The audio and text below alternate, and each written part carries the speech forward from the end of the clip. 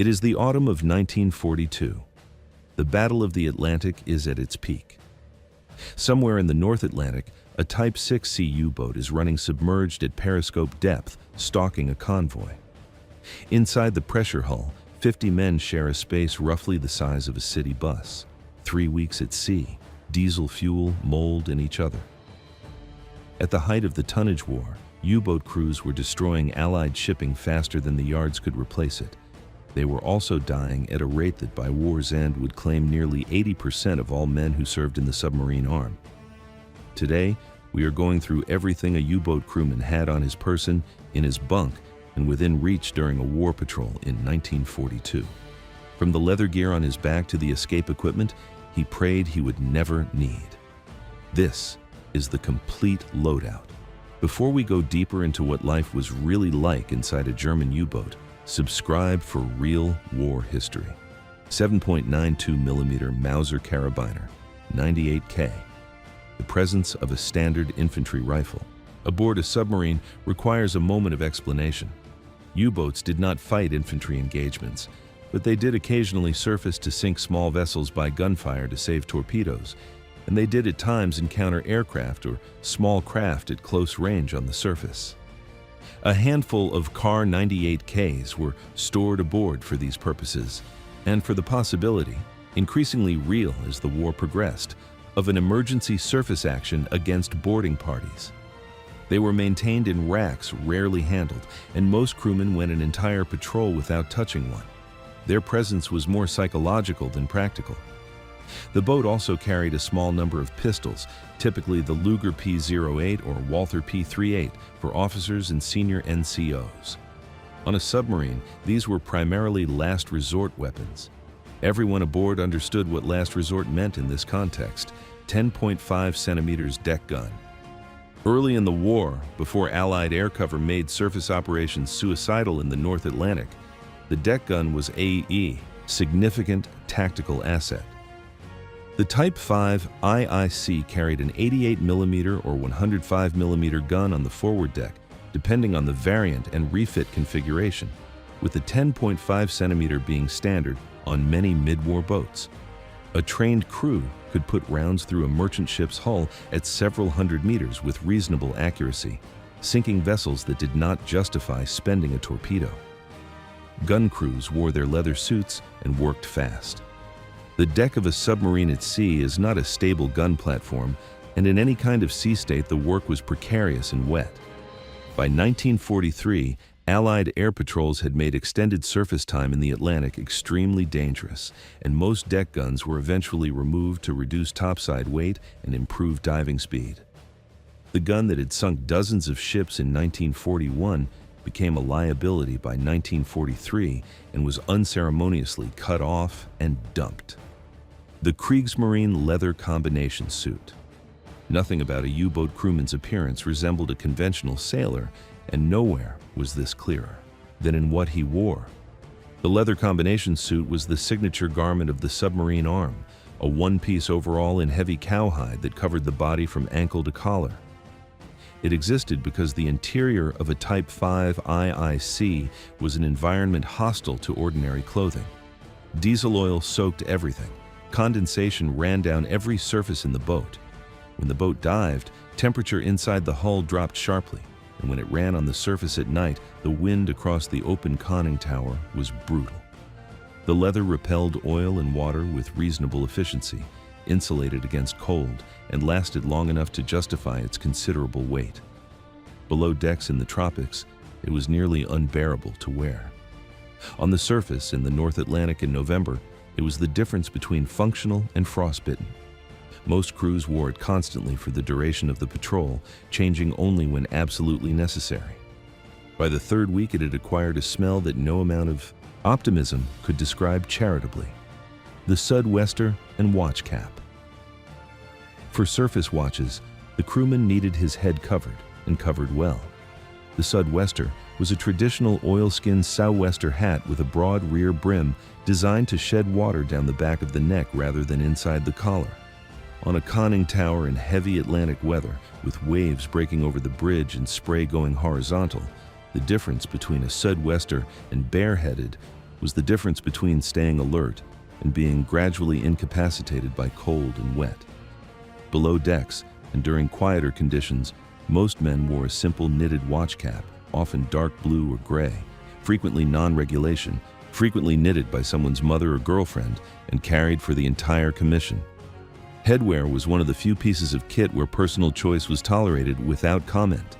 Binoculars and the surface watch. The Zeiss 7x50 marine binoculars were among the most important pieces of equipment on the entire boat. Surface watch was conducted from the conning tower bridge in rotating shifts of 4 men, 1 officer, and 3 lookouts, each assigned a quadrant of the horizon. The quality of this watch was the difference between finding a convoy and being found by a destroyer. Lookouts were trained to scan methodically, section by section, without letting the eyes drift into a casual sweep that missed things at the edge of vision. In the North Atlantic, conditions were frequently miserable: rain, spray, poor light, heavy swell. A lookout who let his attention lapse for the wrong 30 seconds could miss an aircraft that would be overhead before the officer could give the order to dive. The binoculars were treated with considerable care for this reason. Salt water and quality optics were an ongoing argument that salt water usually won eventually. Escape lung, Tauchretter. The dragger. Tauchretter was a rubber breathing bag worn around the neck that contained a cartridge of compressed oxygen and a carbon dioxide absorbent. In theory, if a submarine was sunk in shallow water and the crew survived the initial flooding, they could seal compartments, equalize pressure to the sea pressure outside, open a hatch, and ascend using the Tauchretter to breathe during the rise. The device worked. The theory was sound. The practical reality was that the majority of U-boats lost in the Atlantic went down in water far too deep for escape, or were destroyed so quickly that nothing could be done, or were damaged in ways that made the equalization procedure impossible. The Tauchretter was issued to every man, and every man knew how to use it, and most men understood, without saying it directly, that they would probably never get the chance. It was stored in a small canvas pouch and kept accessible. Carrying it was mandatory. Trusting it was optional. Sleeping arrangements, the hot bunk. A Type 5 IIC carried a crew of around 50 men and provided roughly 30 bunks. The mathematics of this were managed through the hot bunk system. When one man finished his watch and needed sleep, he climbed into the bunk vacated by the man going on watch, still warm from the previous occupant's body heat. Personal space did not exist. Privacy did not exist. The bunk itself was a narrow shelf of metal with a thin mattress that absorbed moisture and diesel fumes within the first week and never released them again. A crewman's personal kit, letters, photographs, a book if he had one, small personal items from home, was stored in a net hammock above the bunk or in a small locker. Most men kept their important personal items in a waterproof bag or tin. The understanding was unspoken but universal. If the boat did not come home, these things went to the bottom with it: rations and the sea cook. U-boat food was, by the standards of the German military, genuinely good at the start of a patrol. The boat carried fresh bread, sausages, eggs, and produce for the first week or so, with the fresh provisions stored in every available space, including the forward torpedo room, where crewmen sometimes slept surrounded by hanging sausages and netting full of vegetables. This was called the garden. After the fresh food was gone, the crew shifted to tinned and preserved rations. Tinned meat, dried vegetables, hard bread, preserved butter that took on a rancid quality quickly in the humidity. Fresh water was rationed strictly. Washing was a luxury the boat could not afford for most of the patrol. Coffee, real at the start and ersatz toward the end, was consumed constantly, partly for warmth and partly because keeping the watch awake was an ongoing operational priority. Alcohol was prohibited officially. Unofficially, most boats carried a supply of spirits for special occasions, which were defined flexibly. The Enigma machine and radio equipment. The crewman himself did not operate the Enigma. That was the work of the radio operators and communications officers. But the machine was present on every operational U-boat, and its existence shaped everything about how the boat operated. U-boats received operational orders and convoy routing intelligence from BDU, U-Boat Command under Admiral Donitz via encrypted radio signals and reported their own positions and sightings back in the same way. The entire Wolfpack system depended on this communication network. What the crews did not know, what they could not know, was that British codebreakers at Bletchley Park had broken the naval Enigma settings with increasing reliability from 1941 onward, and that the convoy routing signals the boats were sending were frequently being read by the enemy. U-boats that reported their position precisely were sometimes sailing toward a reception that had been specifically arranged. This information did not reach the men in the pressure hull. They went where they were told, and wondered afterward why certain patrols seemed to find destroyers waiting for them. Medical equipment. Each U-boat carried a medical kit, and one crew member was designated as the medical NCO, trained in basic surgery and emergency procedures. On a long Atlantic patrol, the medical kit needed to cover everything from infected wounds to appendicitis to severe trauma from depth charge attacks. There was no evacuation. There was no calling for help. If a man developed appendicitis 3 weeks out in the Atlantic, and this happened on multiple occasions, the medical NCO operated on the wardroom table, with the surgeon talking him through the procedure over radio if communication was possible, and improvising if it was not. Men who were badly injured in depth charge attacks were treated with morphine and field dressings and held together as best anyone could manage until the boat reached port. The medical NCO was not a doctor. He did what needed to be done anyway. The depth charge and what it felt like. This is not a piece of equipment. But no accounting of a U-boat crewman's experience is complete without it.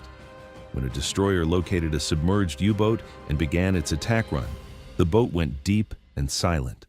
All unnecessary machinery was shut down. Men not at critical stations lay in their bunks to reduce oxygen consumption. Nobody spoke above a whisper. The depth charges, British ASDIC guided, increasingly accurate as the war progressed, fell in patterns above and around the boat. Each one that detonated close enough sent a shockwave through the water that hit the pressure hull like a physical blow. Light bulbs shattered.